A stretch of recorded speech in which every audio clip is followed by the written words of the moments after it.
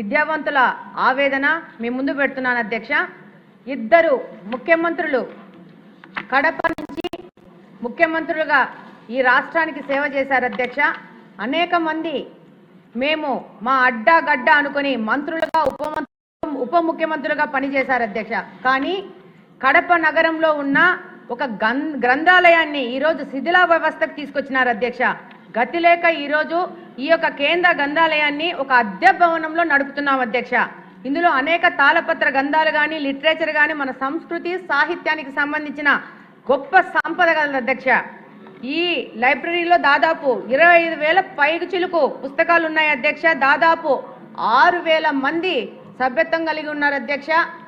దాదాపు 80-90 సంవత్సరాల వాళ్ళు కూడా ఈ రోజుకు కూడా సభ్యత్వం కలిగి ఈ లైబ్రరీని వాడుకుంటున్నారు అధ్యక్ష. భవిష్యత్తు తరాలకి మనము వీటిని కాపాడుకొని ఇవ్వాల్సిన అవసరం ఎంతగానో ఉంది అధ్యక్ష. ఈరోజు యువత డిఎస్సి కానీ ఎస్ఎస్సి కానీ బ్యాంకింగ్ యూపీఎస్సి ఎగ్జామ్స్ కానీ అనేక వాళ్ళ భవిష్యత్తుకు సంబంధించిన పోటీ పరీక్షలకు ప్రిపేర్ అవుతున్నారు అధ్యక్ష. వాళ్ళకి ఈ లైబ్రరీని వాళ్ళకి సరైన వసూలుతో ఇవ్వాల్సిన అవసరం ఉంది అధ్యక్ష. 20 సంవత్సరాలుగా ఈ యొక్క గ్రంథాలయాన్ని అనేక సార్లు టెంకాయలు కొట్టారు, శంకుస్థాపన చేశారు కానీ అధ్యక్ష దీన్ని శిథిలావస్థకు తీసుకొచ్చినారు అధ్యక్ష. చదువుకున్న వాళ్ళు భవిష్యత్తు గురించి ఉన్నవాళ్ళు ఈ కడప నియోజకవర్గం నుంచి గెలిచింటే లైబ్రరీ యువతకు ఎంత అవసరం అనేది వాళ్ళకు అవగాహన ఉండేది అధ్యక్ష. అలాంటి వ్యక్తులు అక్కడి నుంచి కాబట్టి ఇది ఈరోజు శిథిలావస్థకు చేరుకుంది అధ్యక్ష. చివరికి మన ప్రభుత్వం 2018వ సంవత్సరంలో నారా చంద్రబాబు నాయుడు గారు ముఖ్యమంత్రిగా ఉన్నప్పుడు ఒక అత్యాధునిక లైబ్రరీ కట్టాలని చెప్పి ఆ రోజు 5 కోట్ల రూపాయలు జీవో నెంబరు 252ను విడుదల చేయడం జరిగింది అధ్యక్ష.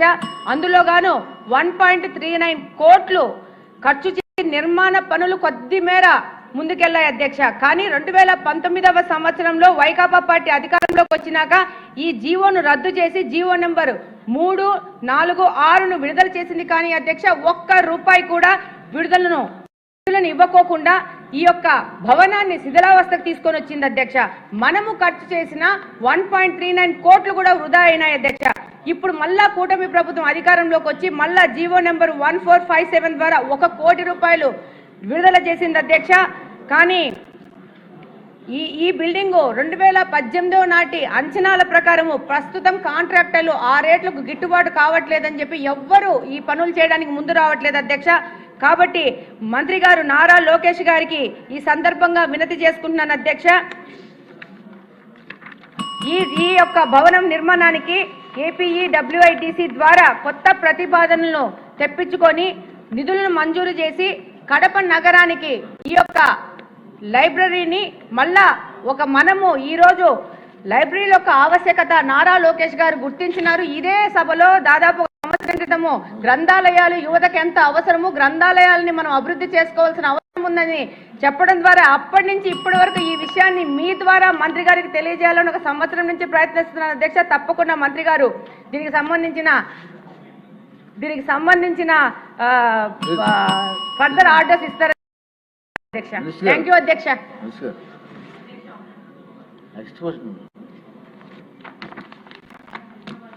ప్లీజ్ అధ్యక్ష ఉంది మీరు క్వశ్చన్ వేయండి.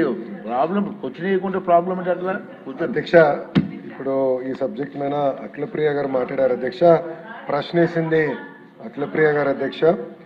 ప్రభుత్వ డిగ్రీ కళాశాలలో ఒకసారి తీసుకుంటే అధ్యక్ష సుమారుగా 37 డిగ్రీ కళాశాలలో భవనాలు లేకుండా అంటే సొంత భవనాలు లేకుండా నడుస్తున్నాయి అధ్యక్ష. దీనివల్ల 6,700 మంది విద్యార్థులు ఇబ్బంది పడుతున్నారు అధ్యక్ష. ఇది ఆల్రెడీ ప్రభుత్వం పరిగణనలో తీసుకుంది అధ్యక్ష. ఒక్కొక్క డిగ్రీ కళాశాల పూర్తి చేయాలి, అన్ని హంగులు కల్పించండి. సుమారుగా 15 కోట్ల రూపాయలు ఖర్చు అవుతుంది అధ్యక్ష పర్ డిగ్రీ కళాశాల. సో దాంట్లో ప్రధానంగా ఏంటంటే అధ్యక్ష మొత్తం ఇన్ఫ్రాస్ట్రక్చర్ ఏర్పాటు చేయాలని లక్ష్యంతో ప్రభుత్వం ఉంది. ప్యారల్గా కావాల్సిన నిధులు కూడా సమకూర్చుకోవాల్సిన బాధ్యత ప్రత్యేకంగా ఆలగడ్డ డిగ్రీ కళాశాల తీసుకుంటే అధ్యక్ష మొదటి సంవత్సరం ప్రారంభమైనప్పుడు కేవలం 18 మంది పిల్లలు ఉంటే అధ్యక్ష పోయిన సంవత్సరం అంటే 25-26కి వచ్చేగల 103 మంది విద్యార్థులు డిగ్రీ కళాశాలలో చేరడం జరిగింది అధ్యక్ష. ఇది one of the peak rolls. కానీ శాంక్షన్డ్ ఇంటేక్ వచ్చేసి 180 మంది అధ్యక్ష విద్యార్థులు. దాంట్లో టీచింగ్ పోస్ట్ ఫుల్ శాంక్షన్ విద్యార్థులు చేరితే తప్పనిసరిగా అవసరమైన మేరకు teaching post non teaching post భర్తీ చేసే బాధ్యత ప్రభుత్వం తీసుకుంటుందని గౌరవ సభ్యురాలు కూడా నేను తెలియజేస్తాను జరుగుతుంది అధ్యక్ష.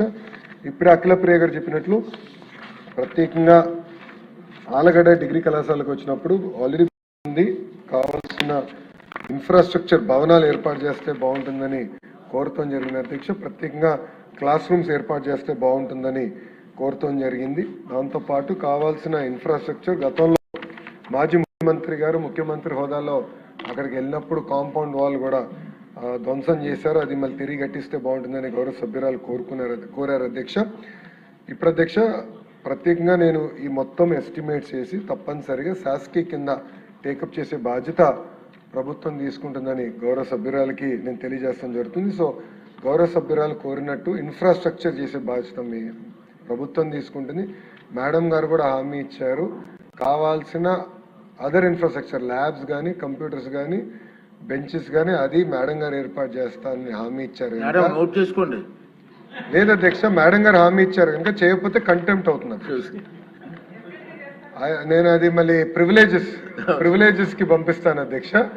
ప్రివిలేజెస్ కమిటీ చైర్మన్ గారు చాలా సీరియస్ గా తీసుకుంటారు కనుక సో ఒక పక్కన నేను చేయాల్సింది తప్పనిసరిగా చేస్తే ఇంకో పక్కన గౌరవ శాసనసభ్యురాలు చేయాల్సింది మేడం గారి బాధ్యత కూడా ఉందని తెలియజేస్తున్నాను అధ్యక్ష.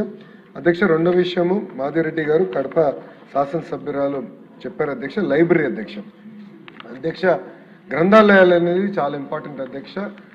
మా కూటమి అంటే ప్రజాప్రభుత్వ అధికారంలోకి వచ్చిన ప్రత్యేక శ్రద్ధ పెడతాం జరిగింది అధ్యక్ష. వాస్తవంగా మంగళగిరిలో ఒక మోడల్ ఏర్పాటు చేశాము, సుమారుగా ₹1 కోటి ఖర్చు పెట్టి ఒక లైబ్రరీ ఎలా ఉండాలి, ఇన్ఫ్రాస్ట్రక్చర్ ఎలా ఉండాలి, పిల్లలకి ఎలాంటి వసతులు ఉండాలి, అక్కడ నుంచి కాంపిటేటివ్ ఎగ్జామ్స్ వరకు ఎలాంటి వసతులు ఏర్పాటు చేయాలి, ఎలాంటి పుస్తకాలు ఏర్పాటు చేయాలని దానిపైన ప్రత్యేకంగా ఫోకస్ పెట్టాం అధ్యక్ష. దానివల్ల ఏమైందంటే ఇప్పుడు మంగళగిరిలో రాత్రి 7ంటికి 8ంటికి కూడా వెళ్ళిన సుమారుగా 200-300 మంది పిల్లలు అక్కడ ఉంటున్నారు, చదువుకుంటున్నారు. కాంపిటేటివ్ ఎగ్జామ్స్ కూడా అప్పేర్ అయ్యే వాళ్ళు కూడా అక్కడ ప్రిపేర్ అవుతాం జరుగుతుంది అధ్యక్ష. అనేక మార్లు కూడా నాకు ఫోటోలు కూడా వాళ్ళే పంపిస్తాం జరిగింది, థ్యాంక్ యూ కూడా చెప్తాం జరిగింది అధ్యక్ష. ప్రభుత్వ ఆలోచన ఏంటంటే నియోజకవర్గం, జిల్లా, జోనల్, సెంట్రల్ లైబ్రరీ ఏర్పాటు చేయాలి, బలోపేతం. ఇక్కడ ఆల్రెడీ ఆ ఇన్ఫ్రాస్ట్రక్చర్ని ఎలా బలోపేతం చేయాలి, ఎక్కడైతే ఇన్ఫ్రాస్ట్రక్చర్ లేదో లేదంటే పాతపడిన ఇన్ఫ్రాస్ట్రక్చర్ ఉందో అక్కడ కొత్త ఇన్ఫ్రాస్ట్రక్చర్ కట్టాల్సిన బాధ్యత ప్రభుత్వం పైన ఉంది అధ్యక్ష. దాంట్లో భాగంగా ఏదైతే జిల్లా గ్రంథాలయాలకు ఇవ్వాల్సిన సెస్ గత ప్రభుత్వాలు ఏంటంటే అది నేటికల్ సిఎఫ్ఎంఎస్కి పెట్టేసి డైరెక్ట్గా ట్రెజరీకి తీసుకొచ్చారు. అది నేను గౌరవ ముఖ్యమంత్రి గారితో మాట్లాడి అదేవిధంగా ఆర్థిక శాఖ మార్చులతో మాట్లాడి అది మాకు ఇవ్వండి, అది మా నిధులు కనుక అది రేపు గ్రంథాలయాలు ఏర్పాటు చేసేదానికి ఖర్చు పెట్టాల్సిన బాధ్యత మా పైన ఉందని చెప్తాం జరిగింది అధ్యక్ష. అది ఈ సంవత్సరం నుంచి మాకు నిధులు ఇస్తాం జరుగుతుంది. గౌరవ సభ్యురాలకు నేను హామీ ఇస్తున్న అధ్యక్ష, 9 నెలల్లో కడప గ్రంథాలయ పూర్తి చేసే బాధ్యత నేను తీసుకుంటాను. మేడం గారి చేతుల మీదుగా ఆ గ్రంథాలయాలు కూడా ఆ కడప ప్రజలకి అంకితం చేస్తామని సభాముఖంగా సభ్యురాలు తెలియజేస్తున్న అధ్యక్ష. అదేవిధంగా